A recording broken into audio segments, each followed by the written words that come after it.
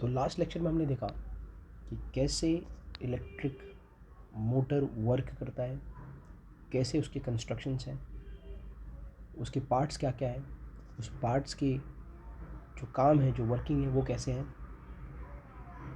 तो last lecture में ये सब हमने कंप्लीट किया। तो जो लास्ट लेक्चर का बेसिक था बच्चों, वो तो दो ही चीज़ पे था ना, कि अगर करंट है और मैग्नेटिक फील्ड है तो क्या आता है, फोर्स आता है, बराबर। There is a force. तो पिछले लेक्चर का जो बेस था इसके ऊपर था कि जब मैग्नेटिक फील्ड होगा, करंट होगा, तो क्या आएगा, कंडक्टर के ऊपर फोर्स आएगा। अब दो कमाल के लोग, माइकल फैराडे और जोसेफ हेनरी, ये कुछ अलग सोच रहे थे, बराबर। सोच का बेस सही था बच्चों, वो आप डिसाइड करना क्यों उनका बेस सही था। उन्होंने ये सोचा कि जब मैग्नेटिक फील्ड और करंट होता है तो क्या आता है, कंडक्टर के ऊपर फोर्स आता है, बराबर। अब हम क्या करेंगे, हम कंडक्टर के ऊपर फोर्स दे देंगे और मैग्नेटिक फील्ड भी उसे दे देंगे। कंडक्टर के ऊपर फोर्स दे देंगे और उसे मैग्नेटिक फील्ड भी दे देंगे। तो अब बताओ आप क्या आना चाहिए। जब बी और आई था तो एफ आ रहा था, तो जब एफ और बी है तो क्या आएगा, आई। तो ये हो जाएगा एफ बी आई। नहीं समझा। इन्होंने ये कहा कि ऐसा मान लिया जाए कि मान लो ये मैग्नेट है और ये कंडक्टर है। अब ये कंडक्टर को मैं इसमें मूव कर रहा हूँ, दो मैग्नेट के बीच में मैं मूव कर रहा हूँ, या कंडक्टर को मैंने रख दिया और मैग्नेट को मूव कर रहा हूँ कंडक्टर के अराउंड, बराबर। कोई भी रिलेटिव मूवमेंट, दोनों में से किसी ना किसी एक का क्या होना चाहिए, रिलेटिव मूवमेंट होना चाहिए। तो अगर ऐसा होगा, अगर ऐसा होगा तो क्या आना चाहिए, इस कंडक्टर के अंदर क्या आना चाहिए, करंट आना चाहिए। तो ये मैग्नेटिक फील्ड था और ये जब घूमेंगे तो फोर्स अपने आप आ गया, बराबर।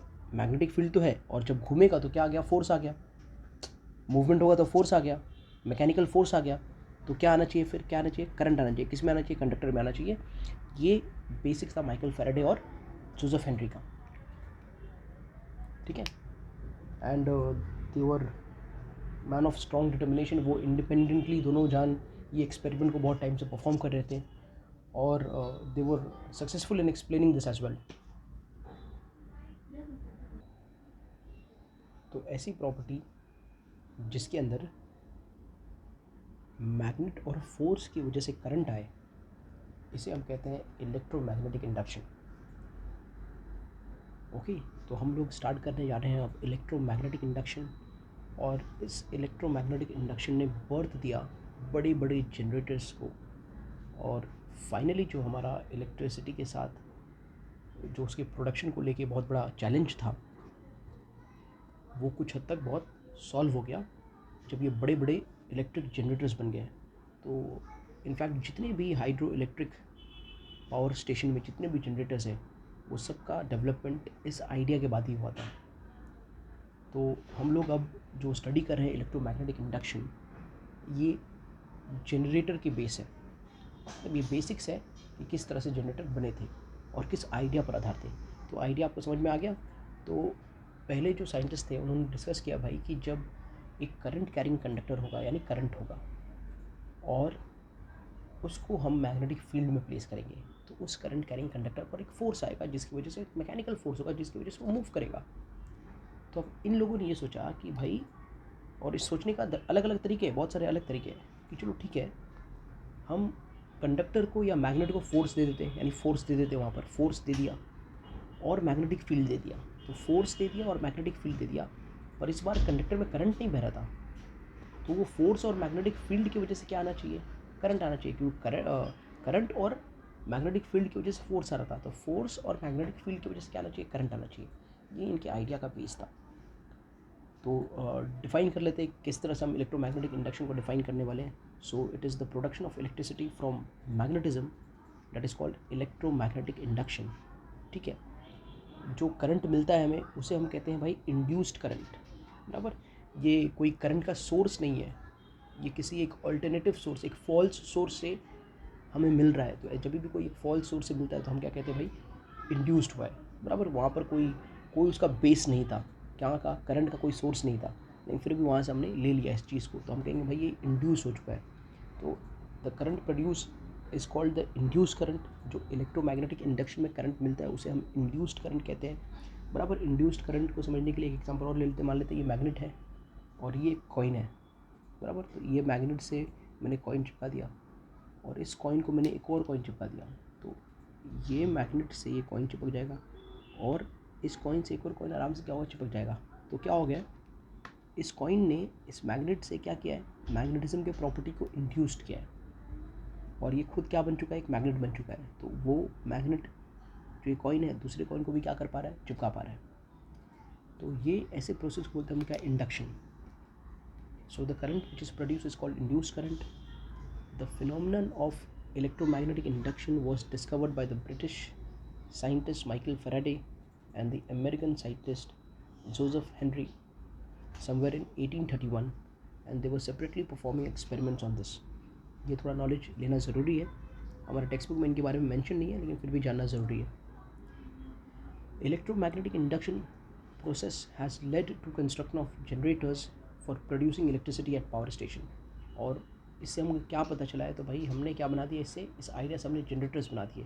और जनरेटर कहाँ पर काम आ रहे हैं, तो वो पावर स्टेशंस पर इलेक्ट्रिसिटी प्रोड्यूस करने के लिए काम आता है। तो इलेक्ट्रोमैग्नेटिक इंडक्शन के बेसिक्स को हम पढ़ने वाले, हम डेमोन्स्ट्रेट करने वाले हैं दो एक्सपेरिमेंट से, बराबर। किसका, इलेक्ट्रोमैग्नेटिक इंडक्शन का जो जितने भी बेसिक्स है ना उसको हम डेमोन्स्ट्रेट करेंगे। और वो डेमोन्स्ट्रेट करने के लिए हमें हमारे पास दो एक्सपेरिमेंट है, एक है by magnet and coil experiment and दूसरा है by coil and coil experiment. लेकिन before coming to that, while performing both the experiment we are going to use one instrument. This instrument is called galvanometer. तो पहले जाके देख लेते हैं भाई ये गैल्वेनोमीटर होता क्या है और ये गैल्वेनोमीटर कौन से प्रिंसिपल पे काम करता है। तो गैल्वेनोमीटर है क्या और कौन से प्रिंसिपल पे ये गैल्वेनोमीटर काम करता है, ये देख लेंगे। And then will return back to magnet and coil experiment and coil and coil experiment to know more about electromagnetic induction, बराबर। कि फैराडे ने उस टाइम पे कौन सा एक्सपेरिमेंट परफॉर्म करके इसके बारे में पता लगाया था, तो वो जानेंगे हम लोग by magnet and coil experiment and then by coil and coil experiment, ठीक है। तो अब आ जाते हैं हम लोग गैल्वेनोमीटर पर। तो गैल्वेनोमीटर एक ऐसा इंस्ट्रूमेंट है जो करंट के प्रेजेंस को डिटेक्ट कर सकता है। सर्किट में अगर करंट है तो एक ऐसा इंस्ट्रूमेंट है जो उसको डिटेक्ट कर सकता है, इसीलिए हम गैल्वेनोमीटर को कहते हैं भाई ये एक करंट सेंसिटिव डिवाइस है। It is a device which is current sensitive, बराबर। ओके, कनेक्शन कैसा होता है सर्किट के अंदर, इसका कनेक्शन हमेशा कैसा होगा, galvanometer will always be connected in series, बराबर। Connection in series, connection in parallel आपको पता है। तो गैल्वेनोमीटर बिल्कुल एमीटर की तरह सीरीज़ में कनेक्टेड होता है। अब आप सोचोगे सर एमीटर क्या के लिए यूज़ होता है, तो ammeter is a device which is use to measure the current. ये करंट को डिटेक्ट करेगा, ये बताएगा नहीं करंट कितना है, this will only detect the current, but ammeter will measure the current. Actual measurement current का एमीटर करेगा और ये तो सिर्फ उसका प्रेजेंस को डिटेक्ट करेगा, ये है या नहीं है। ये ज़्यादा सेंसिटिव होता है, एमीटर से मोर सेंसिटिव है। अगर करंट थोड़ा भी हुआ, तब बहुत कम भी हुआ, तो भी ये बता देगा, डिटेक्ट कर देगा, हाँ आसपास क्या है, करंट है। तो एक ऐसा डिवाइस है ये। अच्छा, it works on the principle of electric motor. ये कौन से प्रिंसिपल पे काम करता है, इलेक्ट्रिक मोटर के प्रिंसिपल पर। अब इलेक्ट्रिक मोटर का प्रिंसिपल क्या था, तो आपने इलेक्ट्रिक मोटर किया है, उसका प्रिंसिपल ये कहता है कि जब भी मैग्नेटिक फील्ड के बीच में हम एक करंट कैरिंग कंडक्टर को प्लेस करेंगे, एक ऐसा कंडक्टर जिसमें करंट बह रहा है, तो उस करंट कैरिंग कंडक्टर पे क्या आएगा, फोर्स आएगा। तो वो फोर्स की वजह से वो कंडक्टर घूमेगा, और जब वो कंडक्टर घूमेगा तो ये जो एरो होता है अटैच्ड गैल्वेनोमीटर में, ये एरो भी डिफ्लेक्ट करता है। दिस एरो स्टार्ट्स डिफ्लेक्टिंग, बराबर। तो यही है बेसिक्स कंस्ट्रक्शन ऑफ किसका, हमारा गैल्वेनोमीटर का। अच्छा, एक बात और बता दूँ आपको कि एमीटर और वोल्ट मीटर भी इसी प्रिंसिपल पर काम करते हैं। तो ammeter as well as voltmeter both works on the same principle, ठीक है। एक एरो उसको अटैच होता है, अंदर उसके कॉइल को एरो अटैच होता है, तो जैसे जैसे कॉइल मूव करता है वैसे वैसे क्या होता है, जो एरो है वो भी क्या करता है, मूव करता है, ठीक है। अब इसे थोड़ा समझने के लिए ऐसा यहाँ देख लो बच्चों। तो जब करंट बिल्कुल नहीं रहेगा किसके अंदर, सर्किट में। तो गैल्वेनोमीटर का जो हमारा नीडल है वो ज़ीरो की तरफ पॉइंट करेगा, और जैसे ही करंट आया तो या तो ये लेफ़्ट डिफ्लेक्शन दिखाता है या तो राइट डिफ्लेक्शन दिखाता है, depending upon the direction of current, कि करंट का डायरेक्शन कैसा है। जब करंट नहीं है तो इंडिकेशन क्या है, ज़ीरो, और जब करंट होगा तो अगर ये तो लेफ़्ट मूव कर रहा है या राइट मूव कर रहा है यानी करंट है। लेफ़्ट मूव करेगा तो करंट का अलग डायरेक्शन होगा, और राइट मूव करेगा तो करंट का अलग डायरेक्शन होगा। तो when no current flows through the circuit, the pointer is on the zero mark, and when the current passes through it, the pointer moves to the left or to the right of the zero mark, depending upon the direction of current. So let us again come back to demonstrate the experiment for magnet and coil experiment. ठीक है, तो हम demonstrate करने वाले वो पूरे idea को जो फैराडे ने दिया था bye magnet and coil experiment, कि किस तरह से जब एक मैग्नेटिक फील्ड होगा और फोर्स होगा कंडक्टर के ऊपर या मैग्नेट के ऊपर, यानी दो चीज़ होंगे, फील्ड होगा, मैग्नेटिक फील्ड होगा, और फोर्स होगा तो करंट आएगा। ये किस तरह से उन्होंने किया था उस चीज़ को हम समझ लेते। तो जब magnet and coil is stationary with respect to each other, ये दोनों स्टेशनरी है, दोनों ही मूव नहीं कर रहे हैं एक दूसरे के रिस्पेक्ट से, तब क्या होगा बच्चों, there is no movement in both with respect to each other. तब क्या गैल्वेनोमीटर में कोई भी डिफ्लेक्शन आएगा, कोई भी डिफ्लेक्शन नहीं आएगा, बराबर। So when there is no motion of the magnet and no motion of the coil with respect to each other, will there be any deflection in the galvanometer? There will be no deflection in the galvanometer, and that shows that there is no current which is produced in the coil. इस coil में कोई भी current produce नहीं हुआ है, ठीक है। अब ऐसा मान लिया जाए कि बराबर जब when the motion of the magnet is towards the coil, मैंने coil को मान लो फिक्स कर दिया, देखो करंट को प्रोड्यूस करने के लिए या तो मैग्नेट को फिक्स कर दो, कॉइल को मूव करो, या कॉइल को फिक्स कर दो और मैग्नेट को मूव करो, ये दोनों में से हम एक काम कर सकते हैं, ठीक है। तो when the motion of the magnet is towards the coil, so when the motion of the magnet is towards the coil, when it is towards the coil, बराबर, द गैल्वेनोमीटर में कुछ डिफ्लेक्शन दिखा,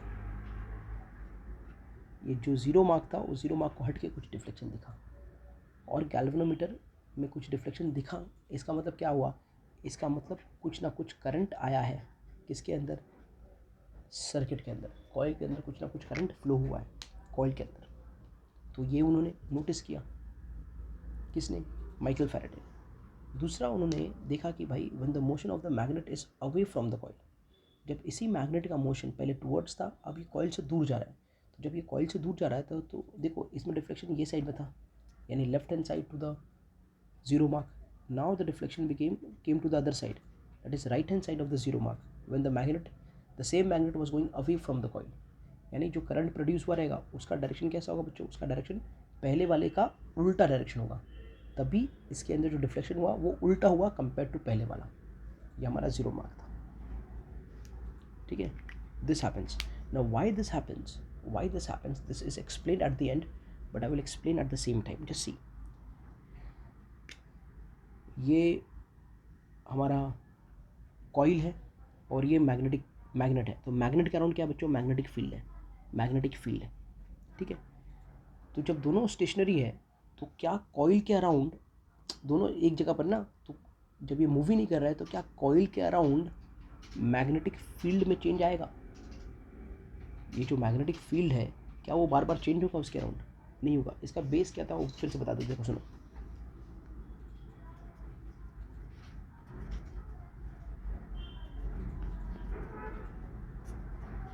इसके बारे में सुना है ना आपने, मैग्नेटिक लाइंस ऑफ फोर्स। अगर किसी भी कॉइल के अराउंड अगर ये magnetic lines of force change होगा, डिफर करेगा, समझ में आया, तो इस कॉइल में क्या आएगा, करंट आएगा। यही बेस है इलेक्ट्रोमैग्नेटिक इंडक्शन का। तो क्या होना चाहिए, मैग्नेटिक लाइंस ऑफ फोर्स यानी मैग्नेटिक फील्ड लाइन चेंज होना चाहिए। तो अभी अगर दोनों स्टेशनरी है तो मैग्नेटिक फील्ड लाइन मतलब जैसा है वैसे ही है, वो मूव नहीं हो रहा है। अगर वो मूव नहीं हो रहा है यानी मोशन में नहीं है ना, तो मोशन में नहीं, तो it is not changing its position with respect to the surrounding. कौन, मैग्नेटिक लाइंस ऑफ फोर्स और मैग्नेटिक फील्ड लाइन। तो जब अपना पोजीशन ही चेंज नहीं करेगा तो कॉइल के around magnetic field line constant होगा, मतलब एक जैसा होगा या चेंजिंग होगा। जब पोजीशन चेंज ही नहीं कर रहा तो एक जैसा होगा, चेंजिंग नहीं होगा। और जब तक changing magnetic lines of force जब तक बदलेगा नहीं, किसके अराउंड, कॉइल के अराउंड, जब तक चेंज नहीं होगा तब तक क्या नहीं आएगा, करंट नहीं आएगा। अब ये केस में क्या हो रहा है, जब मैग्नेट टुवर्ड्स द कॉइल आ रहा है, तो बताओ मैग्नेटिक फील्ड और लाइंस भी तो कॉइल की तरफ आएंगे, कॉइल्स की तरफ बढ़ेंगे। तो जब ये मैग्नेट कॉइल की तरफ बढ़ेगा तो मैग्नेटिक फील्ड ऑफ लाइन भी कॉइल की तरफ बढ़ रहे हैं। तो उसकी वजह से मैग्नेटिक फील्ड क्या हो रहा है कॉइल के अराउंड, मैग्नेटिक फील्ड कॉइल के अराउंड क्या हो रहा है, बदल रहा है। जैसे ये क्लोज आया तो मैग्नेटिक फील्ड यहाँ पर कुछ आया, फिर जैसे अंदर गया और ज़्यादा और ज़्यादा और ज़्यादा और ज़्यादा, तो मैग्नेटिक फील्ड धीरे धीरे जैसे जैसे क्लोज आ रहा है क्या हो रहा है, बढ़ते जा रहा है बढ़ते जा रहा है बढ़ते जा रहा है। तो magnetic field is changing, and whenever the magnetic field will change their will be what, current induced in the coil. अब वो सिमिलर केस है, अब ये मैग्नेट क्या हो रहा है, दूर जा रहा है। अगर ये दूर जा रहा है तो ये मोशन में है, यानी क्या हो रहा है, अब ये दूर जा रहा है तो मैग्नेटिक फील्ड यहाँ तक आया, मैग्नेटिक फील्ड ज़्यादा हो गया। अब ये जब दूर जाएगा तो मैग्नेटिक फील्ड क्या होगा, कम हुआ कम हुआ कम हुआ कम हुआ कम हुआ कम हुआ। तो कम भी हो रहा है लेकिन मैग्नेटिक फील्ड चेंज तो हो रहा है ना, या तो ज़्यादा हो तो भी चेंज होगा या तो कम हो, मतलब टाइम के साथ ज़्यादा हो तो भी बदल रहा है, टाइम के साथ कम हुआ तो भी चेंज हो रहा है। तो बेसिक क्या है, मैग्नेटिक फील्ड कॉइल के अराउंड चेंज होना चाहिए। अगर चेंज होगा तो करंट आएगा, चेंज नहीं होगा तो करंट नहीं आएगा। ये केस में चेंज नहीं होता है, स्टेशनरी है, कांस्टेंट है, एक ही है, तो नो करंट। इसमें चेंज हो रहा है या बढ़ रहा है या घट रहा है उससे मतलब नहीं है, चेंज हो रहा है क्या, चेंज हो रहा है यानी करंट आएगा। इसमें बढ़ रहा है या घट रहा है उससे अगेन मतलब नहीं है, चेंज हो रहा है क्या, मैग्नेटिक फील्ड चेंज हो रहा है क्या, तो करंट आएगा ही आएगा। ठीक है। तो बच्चों अब कॉइल एंड कॉइल एक्सपेरिमेंट, ये फैराडे बहुत बहुत स्मार्ट था। फैराडे ने हैंस ओयस्टेड के एक्सपेरिमेंट पे नज़र रखा, उसके बाद जब मोटर का प्रिंसिपल बन रहा था उसके ऊपर भी नज़र रखा, यानी current carrying force on a current carrying conductor पे नज़र रखा, और फिर वहाँ से आइडिया डेवलप किया कि जब फोर्स होगा और मैग्नेटिक फील्ड होगा तो करंट आएगा, और जनरेटर्स बन गए। बराबर। You will be surprise to know this idea, ये वाला जो आइडिया है ना माइकल फैराडे का, एकदम आप सरप्राइज हो जाओगे जान के कि how he develop this idea. Just see what he said कि you don't need even a magnet, आपको मैग्नेट की ज़रूरत नहीं है। उसने क्या किया ना, एक सेम रॉड ले लिया, आप अलग अलग रॉड भी ले सकते हो, और बाजू बाजू में दो कॉइल को रख दो, दो कॉइल वही वायर लपेटा हुआ कॉइल्स, बराबर। और तो जो सोलिनॉइड बनाया था ना, मैंने सोलिनॉइड बनाया था, वो सोलिनॉइड का एक एक एंड बैटरी को कनेक्ट कर दिया और बाकी रॉड पर रख दिया। अब बच्चों क्या होगा, ये की है, की ऑन करोगे तो करंट बहेगा, इस कंडक्टर में क्या आएगा, करंट आएगा, तो करंट लगेगा फ्लो होने। बच्चों जब भी किसी कंडक्टर में करंट फ्लो होता है तो उस कंडक्टर के आसपास क्या आता है, मैग्नेटिक फील्ड आता है। तो जैसे ही करंट ग्रो हो रहा है यहाँ से मैग्नेटिक फील्ड बढ़ रहा है बढ़ रहा है बढ़ रहा है बढ़ रहा है बढ़ रहा है, बढ़ते बढ़ते मैग्नेटिक फील्ड जाके कॉइल 2 के अराउंड क्या हो जाएगा, कॉइल 2 को टच करेगा, फिर धीरे धीरे और बढ़ेगा और बढ़ेगा और बढ़ेगा और बढ़ेगा, यानी क्या हो रहा है, मैग्नेटिक फील्ड बढ़ रहा है। देखो यानी मैग्नेटिक फील्ड चेंज हो रहा है कि नहीं हो रहा है, magnetic field is changing around the coil 2। अगर मैग्नेटिक फील्ड कॉइल 2 के अराउंड चेंज होगा तो कॉइल 2 में क्या आएगा, कॉइल 2 में करंट आएगा, और गैल्वेनोमीटर क्या दिखाएगा, डिफ्लेक्शन दिखाएगा। तो एक्चुअली मैग्नेट भी नहीं रखा, उसने कहा बोला कि भाई जब भी करंट कैरिंग कंडक्टर होता है तो उसके अराउंड मैग्नेटिक फील्ड आता है, तो वो हिसाब से जब इसमें करंट पास करेगा तो मैग्नेटिक फील्ड आ गया। अब जैसे जैसे करंट बढ़ेगा वैसे वैसे मैग्नेटिक फील्ड बढ़ेगा, तो मैग्नेटिक फील्ड बढ़ेगा तो जो बाजू में कॉइल 2 है, जो हमारा सेकेंडरी कॉइल है, उसके अराउंड मैग्नेटिक फील्ड क्या होने लगेगा, चेंज होने लगेगा। क्या होने लगेगा, change. So the magnetic field will start changing. If the magnetic field is changing around the coil, what will be introduced around the coil, induced current will be introduced, and due to that induced current there is deflection in the galvanometer। galvanometer में deflection आता है और वो proof करता है भाई कि coil 2 में करंट आ चुका है। तो अब ये बात जान लो, ये कब कब होता है बच्चों, जब बैटरी बंद है तो मैग्नेटिक फील्ड तो है ही नहीं, तो इसमें कोई करंट नहीं आएगा। जब हमने ऑन किया तो करंट बढ़ रहा है बढ़ रहा है बढ़ रहा है, तो मैग्नेटिक फील्ड बढ़ रहा है बढ़ रहा है बढ़ रहा है। एक पॉइंट पर मैक्सिमम करंट आ जाएगा, अब करंट बढ़ना बंद, इंक्रीज़ होना बंद। तो जिस पॉइंट पर करंट इंक्रीज़ होना बंद हो जाएगा उस पॉइंट पर मैग्नेटिक फील्ड भी इंक्रीज़ होना बंद हो जाएगा। तो अगर मैग्नेटिक फील्ड इंक्रीज़ होना बंद कर दिया, तो मैग्नेटिक फील्ड इसके अराउंड क्या हो जाएगा, कांस्टेंट। अगर मैग्नेटिक फील्ड कांस्टेंट तो क्या डिफ्लेक्शन दिखाएगा, नहीं दिखाएगा। क्या करंट आएगा, नहीं आएगा। अच्छा, दूसरा, जब जैसे ही मैं स्विच ऑफ करूँगा तो क्या होगा, करंट कम होगा। तो मैग्नेटिक फील्ड यहाँ तक आया है, करंट कम हो रहा है, यानी कि मैग्नेटिक फील्ड अब वापस जाएगा वापस जाएगा वापस जाएगा वापस जाएगा वापस जाएगा। तो जब वापस जा रहा है तो भले ही मैग्नेटिक करंट कम हो रहा है, मैग्नेटिक फील्ड कम हो रहा है, लेकिन क्या मैग्नेटिक फील्ड इसके अराउंड चेंज हो रहा है, yes, magnetic field is changing. And when ever the magnetic field around the coil changes, coil के अराउंड मैग्नेटिक फील्ड अगर चेंज हुआ तो उस कॉइल में क्या आएगा, उस कॉइल में इंड्यूस करंट आएगा, जिसकी वजह से गैल्वेनोमीटर क्या होगा, डिफ्लेक्ट करेगा। तो ये डिफ्लेक्शन जो है वो 2 बार होता है। जब करंट इंक्रीज़ हो रहा है और दूसरी बार जब करंट डिक्रीज़ हो रहा है। तो जब करंट इंक्रीज़ हो रहा है तो मैग्नेटिक फील्ड इंक्रीज़ हो रहा है, मैग्नेटिक फील्ड चेंज हो रहा है। तो whenever the magnetic field around the coil 2 changes, there will be induced current and hence there will be deflection in the galvanometer. Okay. All right. So coil 1 is known as primary coil जिसके अंदर battery connected रहता है, और coil 2 is known as secondary coil जिसके अंदर galvanometer connected रहता है। तो बच्चों ये वाला भी एक्सपेरिमेंट आपको समझ में आ गया होगा, बराबर। अब चल के आपको मैं कुछ इलेक्ट्रोमैग्नेटिक इंडक्शन के बारे में बता दूं। The process by which changing magnetic field in a conductor induces a current in another conductor is called electromagnetic induction. Changing magnetic field in a conductor, बराबर।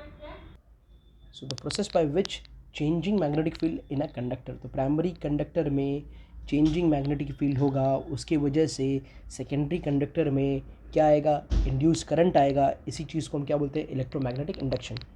सिर्फ इसी को नहीं, इससे पहले जो किया हमने, जो हमने एक्सपेरिमेंट किया पहले वाला मैग्नेट एंड कॉइल एक्सपेरिमेंट, बराबर, तो इस चीज़ को भी हम कहते हैं electromagnetic induction.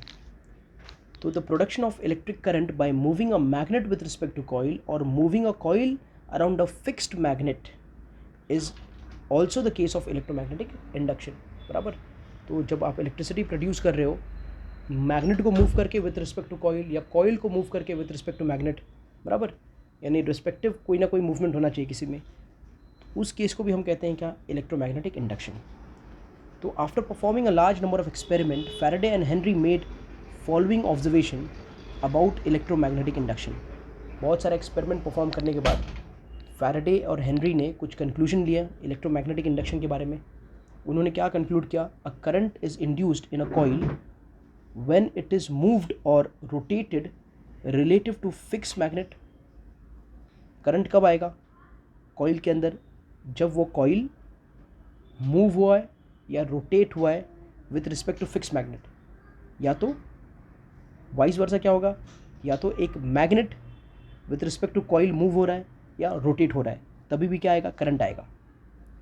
No current is induced in the coil when the coil and the magnet are stationary relative to each other. जब मैग्नेट और कॉइल स्टेशनरी रहेंगे तो क्या कोई करंट इंड्यूस होगा, कोई करंट इंड्यूस नहीं होगा। When the direction of motion of coil or magnet is reversed, the direction of current induced in the coil is also reversed. फिर उन्होंने देखा कि जैसे ही डायरेक्शन ऑफ मोशन यानी डायरेक्शन ऑफ फोर्स जो था उसको रिवर्स किया गया, बराबर, तो क्या होता था, इंड्यूस करंट का जो डायरेक्शन था वो करंट डायरेक्शन भी क्या हो जाता था, रिवर्स हो जाता था। फिर फाइनली उन्होंने कंक्लूड किया कि कौन कौन से फैक्टर्स, बराबर, ये करंट को इंक्रीज डिक्रीज क्या क्या फैक्टर्स कर सकते हैं। So the magnitude of the induce current in the coil can be increased by, बराबर, what are the factors by which you can increase the induce current. तो by winding the coil on soft iron core, तो iron core जो है वो soft होना चाहिए और जो कॉइल है उसके ऊपर वाइंड होगा। तो अगर सॉफ्ट आयन कोर के ऊपर वाइंडिंग हम कर रहे हैं, कॉइल का वाउंड कर रहे हैं उसके ऊपर, तो that will increase the induce current by increasing the number of turns of coil. तो ये टर्न्स ऑफ कॉइल जो है वो बहुत ज़्यादा रख दो, सॉफ्ट आयन के ऊपर जो टर्न्स ऑफ कॉइल है वो बहुत बड़ा रख दो, यानी कि वायर जिससे कॉइल बन रहा है वो वायर का लेंथ बहुत बड़ा है, बराबर, वो वायर का लेंथ क्या है, बहुत ही बड़ा है, ज़्यादा बड़ा है, और वो पूरा वाइंडेड है। By increasing the strength of the magnet, जो मैग्नेट यूज़ कर रहे हो उसके स्ट्रेंथ को बढ़ा दो। By increasing the speed of rotation of the magnet और the coil, speed of rotation या मूवमेंट किसका, मैग्नेट, या तो मैग्नेट स्पीड से रोटेट करे या तो कॉइल स्पीड से रोटेट करे, अगर ये भी होगा तो भी क्या हो जाएगा, करंट बढ़ जाएगा। फिर फाइनली ये सब बातें नोटिस करने के बाद फ्लेमिंग से पूछा गया कि क्या हमारे पास इसके लिए भी कोई रूल है कि हमें फोर्स पता हो और मैग्नेटिक फील्ड पता हो तो क्या हम करंट के बारे में पता कर सकते हैं। तो ये चीज़ के लिए फ्लेमिंग्स ने एक राइट हैंड रूल दिया, बराबर। तो वो राइट हैंड रूल के हिसाब से कहता है कि भाई अपना राइट हैंड जो है ना उसको म्यूचुअली आप स्ट्रेच कर दो, उसके 3 फिंगर्स, एक 4 फिंगर, एक मिडिल फिंगर और एक थंब, ठीक है। तो उन्होंने कहा कि अगर जो थंब है वो डायरेक्शन ऑफ मोशन दे दे कि कंडक्टर का मोशन, कंडक्टर पर फोर्स जो है वो किस डायरेक्शन में है, ये अगर डायरेक्शन ऑफ मैग्नेटिक फील्ड देगा ये 4 फिंगर, तो हमारा जो मिडिल फिंगर है ना वो डायरेक्शन ऑफ करंट देगा। This is according to Fleming's right hand rule, बराबर। तो according to Fleming's right hand rule Hold your thumb, the forefinger and the middle finger of your right hand mutually perpendicular to each other. If the forefinger gives the direction of magnetic field, the thumbs gives the direction of force, then the middle finger will give direction of the induced current. Then the middle finger will give direction of the induced current. ठीक है बच्चों?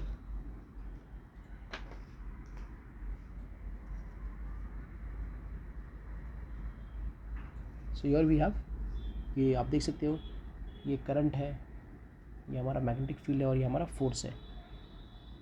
तो अगर force इस direction में है, magnetic field ऐसा है, तो करंट जो होगा, करंट नीचे होगा.